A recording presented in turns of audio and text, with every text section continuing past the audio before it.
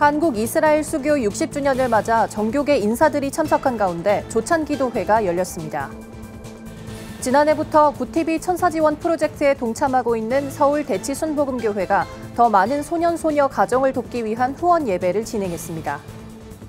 코로나로 인한 한국교회의 위기를 극복하기 위해 목회자들이 한자리에 모여 미래 목회 방향성을 모색했습니다. 대한예수교장로회 합동총회가 동해안 산불로 고통을 겪는 주민들을 돕기 위한 긴급구호 모금액을 한국교회 총연합에 전달했습니다. 서울신학대학교 신학대학원이 전액 장학생들을 대상으로 선배들의 목회 노하우를 배우는 멘토링 수련회를 개최했습니다.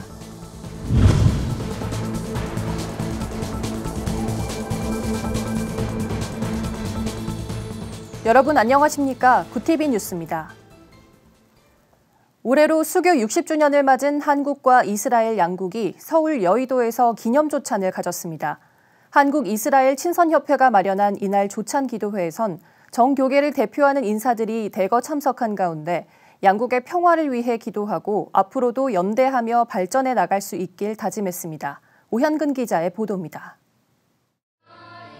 한국과 이스라엘의 수교 60주년을 맞아 양국을 대표한 정교계 인사들이 한자리에 모였습니다. 이날 모인 참석자들은 조찬 기도회를 통해 수십 년간의 양국 교류를 기념하고 축하했습니다. 기도회는 한국교회 총연합 대표회장 류영모 목사의 대표 기도로 시작했습니다. 류 목사는 이념과 세대로 분열되고 코로나로 기반이 무너지는 시대, 복음 안에서 한국과 이스라엘이 더욱 돈독한 동반자가 되길 기원한다고 말했습니다.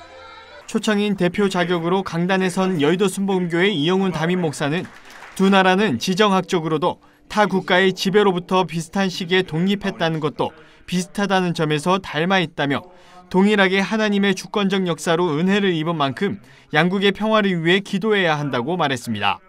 이스라엘 하나가 우리 하나님 오직 유일한 야훼이시니 이 신앙은 이스라엘의 위대한 영적 위산입니다. 전 세계 모든 기독교인의 영적 위산이기도 합니다. 성경은 예루살렘의 평화를 위해 기도하라고 말씀하셨습니다. 이어 영상으로 인사를 전한 아이작 헤르조그 이스라엘 대통령은 한국과의 우정과 교류를 소중하게 생각한다며 모든 분야에서 한국과의 유대가 강화되고 확장되기를 소망한다고 밝혔습니다. Both of our nations are rooted in the ideals of the Hebrew prophets, on the values of hard work, education, doing good, on groundbreaking innovation that is helping solve humanity's greatest challenges. And may God bless the deep friendship between Israel and Korea for many, many years to come. 아키바토르 주한 이스라엘 대사는 향후 양국이 함께 발전해 나가는 연대의 계획을 밝혔습니다. 그러면서 가까운 시일 안에 예루살렘과 갈릴리 해변에서 예루살렘의 평화를 위한 기도회를 열겠다고 덧붙였습니다. 이날 조찬 기도회는 민간 친선 교류의 차원에서 열려 양국 수교의 의미를 기념하는 행사로 치러졌으며 구체적인 기념 사업에 대한 내용은 언급되지 않았습니다.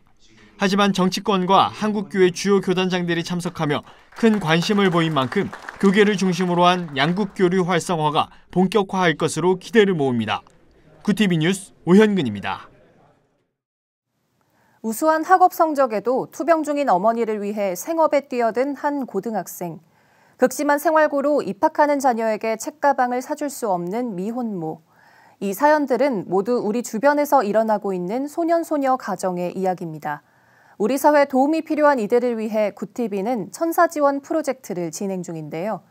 지난해부터 프로젝트를 후원하고 있는 서울 대치순복음교회는 더 많은 소년소녀 가정을 돕겠다고 나섰습니다. 권현석 기자입니다. 매년 소외된 교회나 이웃들을 돕는 구티비의 천사지원 프로젝트. 특히 생계의 어려움을 겪는 소년소녀 가정 지원을 위해 서울 대치순복음교회가 후원으로 프로젝트에 함께하고 있습니다. 지난해에 이어 올해도 구티비 천사지원 프로젝트에 3천만 원을 기탁한 서울 대치순복음교회는 더 많은 가정을 지원하겠다며 후원 예배를 마련했습니다. 찬양사역팀 웨이스르와 갓서번트, 또 클래식 보컬 그룹 유엔젤 보이스의 아름다운 찬양이 예배의 시작을 알렸습니다. 예배에 함께한 구티비 임직원을 대표해 김명전 대표이사는 천사지원 프로젝트의 의미를 알리며 후원을 독려했습니다. 소년소녀 가정에 우리가 그들이 진 삶의 짐의 무게를 조금이라도 함께 같이 나누어져 준다면 세상을 사는 큰 힘과 용기를, 자신감을 얻고 살아가게 될 것입니다. 대치순복음교회는 지난 2013년부터 어려운 이웃을 후원하기 위해 마련한 풀림 씨앗 통장을 운영하고 있습니다. 이날 후원 예배에 참석한 성도들은 소년소녀 가정을 향한 마음을 통장에 담았습니다. 온라인을 통해서도 자리에 참석하지 못한 많은 후원자들이 나눔에 동참했습니다. 서울 대치순복음교회 한별 담임 목사는 한 생명을 구하는 자는 온 세상을 구하는 것이다라는 제목의 설교로 예배를 인도했습니다. 이어 한 목사는 구티비의 지원을 신청한 소년소녀 가정들의 사연을 소개했습니다. 고등학교 2학년의 중퇴 최종 학력으로 택배 일당일부터 학력 제한 없이 할 수 있는 일을 가리지 않고 하며 홀벌이로 딸을 키웠으나 정기적으로 일하지 못하는 상황이라 힘든 생활이 이어지고 있습니다. 저렴한 가격으로 정부미를 받아먹고 있으나 아이에게 제대로 된 반찬을 해줄 수가 있는 여력이 되지 않아 간곡한 마음으로 신청합니다. 구티비와 함께 올해 전국 소년소녀 가정 100곳을 지원할 계획을 밝혔던 한별 목사는 이번 후원으로 더 많은 가정에 도움의 손길이 닿기를 바란다고 밝혔습니다. 구티비 뉴스 권현석입니다. 코로나19의 대유행으로 한국교회에 당면한 문제가 많습니다. 어느 때보다 개혁이 요구되는 상황인데요. 이런 가운데 미래목회포럼 소속 목회자들이 한국교회의 변화를 다짐하고 미래목회 방향성에 대해 모색하는 자리를 가졌습니다. 하나은 기자입니다. 미래목회포럼이 7일 코로나 이후 한국교회의 변화와 미래목회에 대한 주제로 조찬 포럼을 열었습니다. 이번 포럼은 특별히 코로나 이후 침체된 한국교회의 위기를 돌파할 수 있는 방법을 모색하기 위해 마련됐습니다. 일상뿐만 아니라 목회 환경에도 많은 변화를 가져다 주었고, 이에 코로나19 이후에 한국교회가 올바른 대처를 제대로 하지 못한다면 더욱 힘들고 그리고 어려운 선교적인 상황에 직면하게 될 것이라고 하는. 이날 발제는 미래목회포럼 부대표이자 청주 순복음교회 담임인 이동규 목사가 맡았습니다. 이 목사는 요시야 개혁의 교훈을 주제로 한국교회가 나아가야 할 방향을 제시했습니다. 교회와 신학에 있어 큰 위기로 여겨지는 코로나 시기, 위기 극복을 위해 목회자들은 구약시대 인물 요시야의 개혁에 집중했습니다. 율법, 즉 성경을 기준으로 방향성을 설정하고 여러 사람들을 끌어안았던 요시야의 포용과 포섭이 오늘날 한국교회에 필요하다는 겁니다. 또 당장의 개혁을 위한 사업 성패도 중요하지만 긴 호흡으로 미래를 준비해야 한다고 설명했습니다. 적어도 우리는 성경을 갖고 있는 사람들이니까 그 성경에서 이야기하는 가장 기본적인 것들에 있어서는 다른 소리를 멈추고 하나로 갈 수 있어야만. 또 참석한 목회자들은 좋은 교회의 모델을 세우고 차세대 목회자 발굴 지원에도 힘써야 한다는 데 마음을 모았습니다. 복음을 담는 콘텐츠를 많이 개발해야 될 것이고 교회마다 다음 세대를 위한 적극적 투자가 있지 않으면. 미래목회포럼은 2003년 한국교회의 싱크탱크 역할을 감당하기 위해 출범한 초교파 목회자 연합기구입니다. 이곳에 속한 12개 교단 300여 목회자와 정책자문위원들은 한국교회와 교회 현안에 대해 연구하고 포럼을 통해 해결책을 제시하고 있습니다. 구티비 뉴스 하나은입니다. 대한예수교장로회 합동총회가 동해안 산불로 고통을 겪는 주민들을 돕기 위한 긴급구호 모금액을 전달했습니다. 총회는 지난 3월 한 달간 모은 구호금 1억 2천여만 원을 울진군청과 피해교회, 피해 주민들을 위한 주거용 조립주택 건축에 나선 한국교회 총연합에 전달했습니다. 총회 측은 예수 그리스도의 사랑과 위로를 전하자는 마음으로 교단교회와 성도들이 십시일반 구호금을 모았다며 이재민 돕기와 주택 마련 등에 효율적으로 쓰여지길 바란다고 전했습니다. 서울신학대학교 신학대학원의 전액장학금 운동본부가 주최하는 2022 신대원 멘토링 수련회가 성황리에 마무리됐습니다. 일문백답을 주제로 진행된 수련회에는 전액 장학생으로 선발된 신대원생 40여 명과 이들을 후원하고 있는 멘토들이 강사로 참여했습니다. 선배 목회자들은 목회 노하우부터 결혼 생활과 가정 생활까지 크게 4가지 주제로 다양한 경험담과 노하우를 공유하며 예비 목회자들을 격려하고 사명을 일깨웠습니다. 국제구호개발 NGO 월드비전이 오는 13일 서울 글로벌센터에서 기후변화 대응을 위한 남북협력 포럼을 개최합니다. 이번 포럼은 한반도 기후변화에 대한 공동 대응의 필요성을 제고하고 남북교류 협력에 있어 기후변화 아젠다를 고려한 정책 방향을 모색하기 위해 마련됩니다. 조명환 회장은 기후위기 대응을 위해 남북교류 협력 틀이 마련돼야 할 것이라며 남북한이 기후 공동체로서 협력하길 바란다고 전했습니다. 글로벌 선교방송단 12기 최민숙 선교기자가 보내온 소식입니다. 사닥다리 복음선교협의회가 지난 4일부터 이틀간 강원도 홍천의 리버샤인 빌리지 펜션에서 함께 연합하고 하나 되자란 주제로 수련회를 진행했습니다. 이날 수련회에서 강사로 나선 검사 출신의 이승권 목사는 교회법과 세상법이라는 주제 강의에서 교회 설립 시 교회 정관이 중요하다며 정관이 없으면 세상법에 따라 교회가 피해를 볼 수 있다고 말했습니다. 오늘의 이슈 포커스입니다. 서울시가 최근 발표한 2021 서울 서베이 도시정책 지표 조사에 따르면 서울의 20, 30대 인구가 불안정한 고용과 서울의 높은 집값 등으로 어려움을 겪고 있는 걸로 나타났습니다. 조사 결과에 따르면 지난해 기준 서울에 사는 만 20에서 39세 인구는 총 286만 명으로 최근 7년 새 8.2% 감소해 시 전체 인구 감소 비율보다 높았습니다. 서울시 관계자는 주로 가족이나 직장을 이유로 전출입이 많은데 30대의 이동 요인 중 주택값이 있다고 설명했습니다. 가족에게 전가된 자녀 양육 부담을 사회 전체가 품앗이하는 이른바 부모보험 방안 도입을 보건복지부가 대통령직 인수위원회에 보고했습니다. 7일 정치권에 따르면 복지부는 최근 인수위 업무 보고에서 부모 보험료를 활용해 출산휴가 수당과 육아휴직 급여 등을 지급함으로써 출산 부담을 전 사회가 분담하는 쪽으로 가야 한다고 제안했습니다.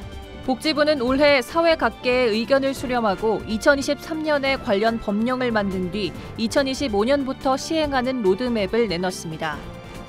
올해 2분기 수입 곡물 가격이 또 오를 전망입니다.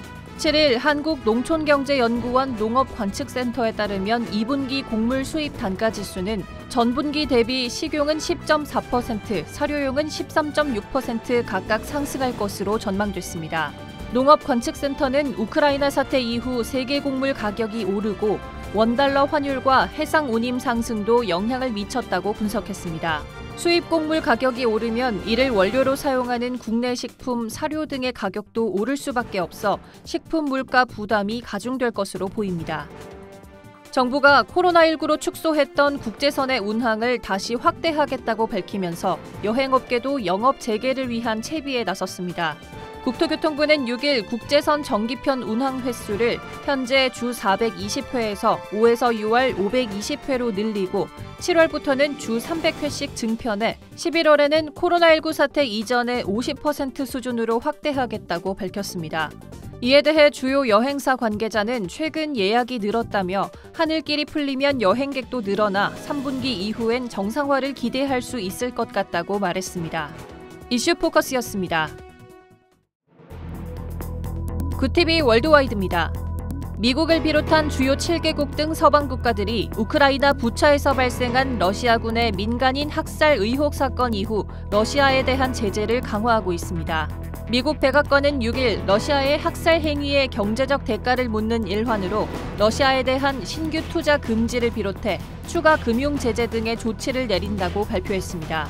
미 고위 당국자는 블라디미르 푸틴 대통령의 두 딸 등 푸틴 대통령의 가족과 핵심 측근 및 그 가족들을 제재 대상에 포함하는 새 방침도 밝혔습니다.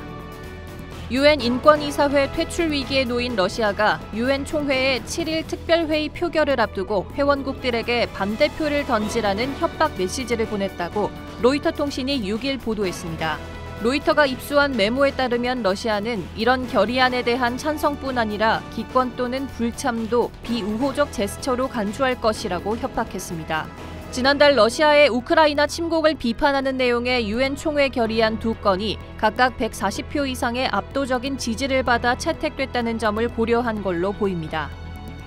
국제에너지기구 IEA 회원국이 유가 안정을 위해 1억 2천만 배럴의 비축유 추가 방출을 추진하고 있습니다. 이는 러시아의 우크라이나 침공으로 유가가 계속 오르는 데 따른 겁니다. 파티 비롤 IEA 사무총장은 6일 트위터에 미국 측에서 6천만 배럴을 부담할 것이라며 자세한 내용은 조만간 공개하겠다고 밝혔습니다. 블룸버그 통신 보도에 따르면 IEA는 1억 2천만 배럴의 비축유를 방출하고 미국이 독자적으로 1억 2천만 배럴을 더 방출해 총 2억 4천만 배럴이 시장에 풀릴 예정입니다.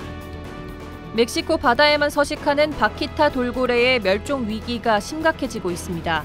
AP통신은 6일 국제해양생물보호단체 시셰퍼드를 인용해 현재 남아있는 바키타 돌고래의 개체수가 8마리에 그칠 수도 있다고 보도했습니다. 1997년까지만 해도 바키타 돌고래는 600마리 정도였지만 개체수가 계속 줄면서 2018년엔 6마리에서 20마리만 남은 것으로 알려졌습니다.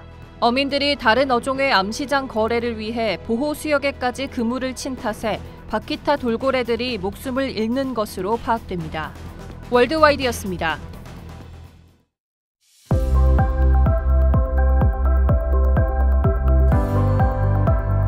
내일은 전국이 맑고 포근하겠습니다. 한낮 기온이 20도를 넘어서며 봄 기운을 물씬 느낄 수 있겠습니다. 다만 내륙을 중심으로는 일교차가 15도 이상 벌어지니 건강관리에 신경 쓰시기 바랍니다. 당분간 공기질은 양호하겠지만 건조한 날씨는 계속되겠습니다. 이어서 전국 날씨입니다. 내일 한낮 최고 기온은 서울 19도, 강릉과 대전은 22도가 예상됩니다. 남부지방은 광주 23도, 부산 18도까지 오르겠습니다. 날씨였습니다. 코로나19 위기 극복을 위해 구티비가 시작한 천사지원 프로젝트는 미자립 교회뿐 아니라 우리 사회 취약계층을 돕는 데까지 확장됐습니다. 함께 기도하며 후원에 동참한 한국교회와 단체 성도들이 있었기에 가능한 일입니다. 성경은 가진 것을 나누며 어려운 이웃을 돌아보라고 말합니다. 구티비는 사랑과 복음을 전하는 곳에서 늘 함께하겠습니다. 이상으로 뉴스를 마칩니다. 오늘도 함께해 주신 여러분 고맙습니다.